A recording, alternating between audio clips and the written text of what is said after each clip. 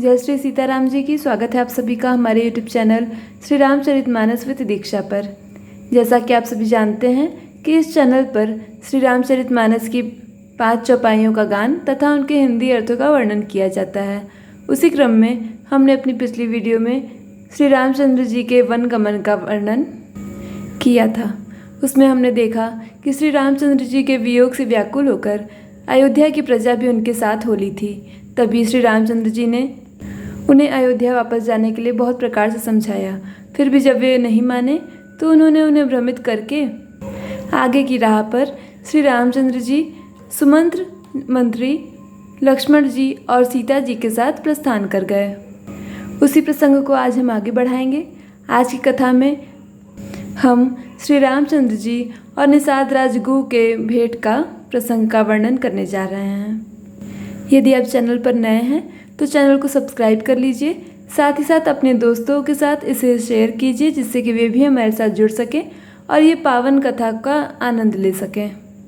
तो चलिए प्रभु को प्रणाम करके आज की कथा शुरू करते हैं। सीता सचिव सहित 2 भाई श्रृंगबेरपुर पहुँचे जाई। उतरे रामदेव सरि देखी किन्न दंडवत हर सुबिशेषी। लखन सचिव सिय किए प्रणामा सबहि सहित सुख पायौ रामा। गंग सकल मुद मंगल मूला सब सुख करनी हरनि सब सूला। कहे कहे कोटिक कथा प्रसंगा राम बिलो कहीं गंग तरंगा। सचिवहि अनुजहि प्रियहि सुनाई विबुध नदी महिमा अधिकाई। मज्जनु किन्न पंथ श्रम गयौ सुचि जलु पियई मुदित मन भयौ। सुमिरत जाय मिटई श्रम भारु ते श्रम यह लौकिक व्यवहारु। शुद्ध सच्चिदानंदमय कंद भान कुल केतु। चरित करत नर अनुहरत संस्कृत सागर सेतु। जय भगवंत अनंत अनामय अनग अनेक एक करुणामय। इस चौपाई में तुलसीदास जी कहते हैं, सीता जी और मंत्री सहित दोनों भाई श्रृंगबेरपुर जा पहुँचे। वहाँ गंगा जी को देखकर श्री राम जी रथ से उतर पड़े और बड़े हर्ष के साथ उन्होंने दंडवत की। लक्ष्मण जी, सुमंत्र और सीता जी ने भी प्रणाम किया। सबके साथ श्री रामचंद्र जी ने सुख पाया। गंगा जी समस्त आनंद और मंगलों की मूल हैं। वे सब सुखों की करने वाली और सब पीड़ाओं को हरने वाली हैं। अनेक कथा प्रसंग कहते हुए श्री राम जी गंगा जी की तरंगों को देख रहे हैं। उन्होंने मंत्री को, छोटे भाई लक्ष्मण को और प्रिया सीता जी को देव नदी गंगा जी की बड़ी महिमा सुनाई। इसके बाद सब ने स्नान किया जिससे मार्ग का सारा श्रम, थकावट दूर हो गया और पवित्र जल पीते ही मन प्रसन्न हो गया। जिनके स्मरण मात्र से बार बार जन्मने और मरने का महान श्रम मिट जाता है, उनको श्रम होना यह केवल लौकिक व्यवहार है। शुद्ध प्रकृति जन्य त्रिगुणों से रहित मायातीत दिव्य मंगल विग्रह सच्चिदानंद कंद स्वरूप सूर्य कुल के ध्वजा रूप भगवान श्री रामचंद्र जी मनुष्यों के सदृश ऐसे चरित्र करते हैं जो संसार रूपी समुद्र के पार उतरने के लिए पुल के समान है। यह सुधि गई निषाद जब पाई मुदित लिए प्रिय बंधु बुलाई।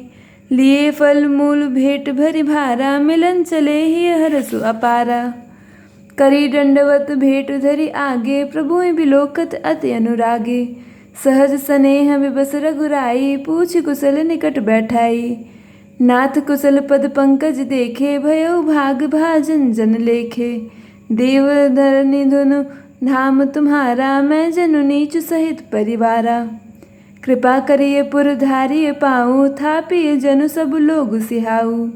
कहो सत्य सब सखा सुजाना मोहि दिन पितु आयसु आना। बरस 4 बासु बन मुनि व्रत बेशु आहारु। ग्राम बासु नहीं उचित सुनी गुएं भयो दुख भारु। जय भगवंत अनंत अनामय अनग अनेक एक करुणामय। जब निषाद राजगुह ने यह खबर पाई तब आनंदित होकर उसने अपने प्रियजनों और भाई बंधुओं को बुला लिया और भेंट देने के लिए फल मूल लेकर और उन्हें भारों अर्थात बहगियों में भरकर मिलने के लिए चला। उसके हृदय में हर्ष का पार नहीं था। दंडवत करके भेंट सामने रखकर वह अत्यंत प्रेम से प्रभु को देखने लगा। श्री रामचंद्र जी ने स्वाभाविक स्नेह के वश होकर उसे अपने पास बैठाकर कुशल पूछी। निषाद राज ने उत्तर दिया, हे नाथ, आपके चरण कमलों के दर्शन से ही कुशल है। आपके चरणारविंदों के दर्शन कर आज मैं भाग्यवान पुरुषों की गिनती में आ गया। हे देव, यह पृथ्वी, धन और घर सब आपका है। मैं तो परिवार सहित आपका नीच सेवक हूँ। अब कृपा करके श्रृंगवेरपुर में पधारिए और इस दास की प्रतिष्ठा बढ़ाइए, जिससे सब लोग मेरे भाग्य की बड़ाई करें। श्री रामचंद्र जी ने कहा, हे सुजान सखा, तुमने जो कुछ कहा सब सत्य है, परंतु पिताजी ने मुझको और ही आज्ञा दी है। उनके आज्ञानुसार मुझे 14 वर्ष तक मुनियों का व्रत और वेश धारण कर और मुनियों की योग्य आहार करते हुए वन में ही बसना है। गांव के भीतर निवास करना उचित नहीं है। यह सुनकर गुह को बड़ा दुख हुआ। राम लखन सिय रूप निहारी, कहीं सप्रेम ग्राम नर नारी। ते पितु मातु कहो सखी कैसे, जिन पठे बन बालक ऐसे। एक कहीं भल भूपति कीन्हा, लोयन लाहु हमें विधि दीन्हा। तब निषाद पति उर अनुमाना, तरु सिन सुपा मनोहर जाना। लय रघुनाथ ठाव दिखावा, कहो राम सब भांति सुहावा। पुरजन करि जो हारु घर आए, रघुबर संध्या करन सिधाए। घो सवारी साथरी डसाई, कुस किस लय में मृदुल सुहाई। सुचि फल मूल मधुर मृदु जानी, दोना भरी भरी राखे सिपानी। सिय सुमंत्र भ्राता सहित कंद मूल फल खाई। शयन किन्न रघुवंश मनि, पाए पलोटत भाई। जय भगवंत अनंत अनामय, अनग अनेक एक करुणामय। श्री राम जी, लक्ष्मण जी और सीता जी के रूप को देखकर गांव के स्त्री पुरुष प्रेम के साथ चर्चा करते हैं। कोई कहती हैं, हे सखी, कहो तो वे माता पिता कैसे हैं जिन्होंने ऐसे सुंदर सुकुमार बालकों को वन में भेज दिया। कोई एक कहते हैं, राजा के अच्छा ही किया, इसी बहाने हमें भी ब्रह्मा ने नेत्रों का लाभ दिया। तब निषाद राज ने हृदय में अनुमान किया तो अशोक के पेड़ को उनके ठहरने के लिए मनोहर समझा। उसके अनुसार उसने श्री रघुनाथ जी को ले जाकर वह स्थान दिखाया। श्री रामचंद्र जी ने देखकर कहा कि यह सब प्रकार से सुंदर है। पूर्ववासी लोग वंदना करके अपने अपने घर लौटे और श्री रामचंद्र जी संध्या करने पधारे। गुह ने इसी बीच कुश और कोमल पत्तों की कोमल और सुंदर साथरी सजाकर बिछा दी और पवित्र मीठे और कोमल देख कर दोनों में भर भर कर फल मूल और पानी रख दिया, अथवा अपने हाथ से फल मूल दोनों में भर भर कर रख दिए। सीता जी, सुमंत्र जी और भाई लक्ष्मण जी सहित कंद मूल फल खाकर रघुकुल मणि श्री रामचंद्र जी लेट गए। भाई लक्ष्मण जी उनके पैर दबाने लगे। उठे लखन प्रभु सोवत जानी, कही सची वही सोवन मृदुबानी। कछुक दूरी सजी बानर सरासन, जागत लगे बैठी वीरासन। गुह बोलाए पाहुर प्रतीति, ठाव ठाव राखे अति प्रीति। आप लखन पही बैठे उजाई, कटि भाथी सर चाप चढ़ाई। सोवत प्रभु निहारी निसाधु, भयो प्रेम बस हृदय बिसाधु। तनु पुलकित जलु लोचन बहई, बचन सप्रेम लखन सन कहई। भूपति भवन सुभाय सुहावा, सुरपति सदन न पट तर पावा। मणिमय रचित चारु चौबारे, जनु रतिपति निज हाथ सवारे। सुचि सुविचित्र सुभोगमय, सुमन सुगंध सुबास। पलंग मंजु मणि दीप जह, सब विधि सकल सुपास। जय भगवंत अनंत अनामय, अनग अनेक एक करुणामय। फिर प्रभु श्री रामचंद्र जी को सोते जानकर लक्ष्मण जी उठे और कोमल वाणी से मंत्री सुमंत्र जी को सोने के लिए कहकर वहाँ से कुछ दूर पर धनुष बाण से सजकर वीरासन से बैठकर जागने लगे, अर्थात पहरा देने लगे। गुह ने विश्वास पात्र पहरेदारों को बुलाकर अत्यंत प्रेम से जगह जगह नियुक्त कर दिया और आप कमर में तरकश बांधकर तथा धनुष पर बाण चढ़ाकर लक्ष्मण जी के पास जा बैठे। प्रभु को जमीन पर सोते देखकर प्रेमवश निषाद राज के हृदय में विषाद हो आया।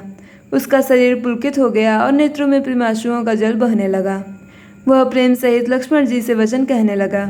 महाराज दशरथ जी का महल तो स्वभाव से ही सुंदर और इंद्र भवन भी जिसकी समानता नहीं पा सकता। उसमें सुंदर मणियों के रचे चौबारे हैं जिन्हें मानो रति के पति कामदेव ने अपने ही हाथों से सजाकर बनाया है, जो पवित्र, बड़े ही विलक्षण, सुंदर, भोग पदार्थों से पूर्ण और फूलों की सुगंध से सुवासित हैं, जहाँ सुंदर पलंग और मणियों के दीपक हैं तथा सब प्रकार का पूरा आराम है। विविध बसन उपधान तुराई, क्षीर फेन मृदु बिसद सुहाई। तहसिय राम शयन निस करहीं, निज छवि रति मनोज मधुहरहीं। तेसिय राम साथरी सोए, श्रमित बसन बिनु जाहि न जोए। मातु पिता परिजन पुरवासी, सखा सुशील दासु अरुदासी। जोग वहीं जिन्हि प्राण किनाई, मही सोवत ते राम गोसाई। पिता जनक जग विदित प्रभाऊ, ससुर सुरेश सखा रघुराऊ। रामचंद्र पति सोबै देहि, सोवत मही विधि बामन केहि। सिय रघुबीर की कानन जोगु, करम प्रधान सत्य कह लोगु। कै कै नंदिनी मंदमती, कठिन कुलिटपन किन्ह।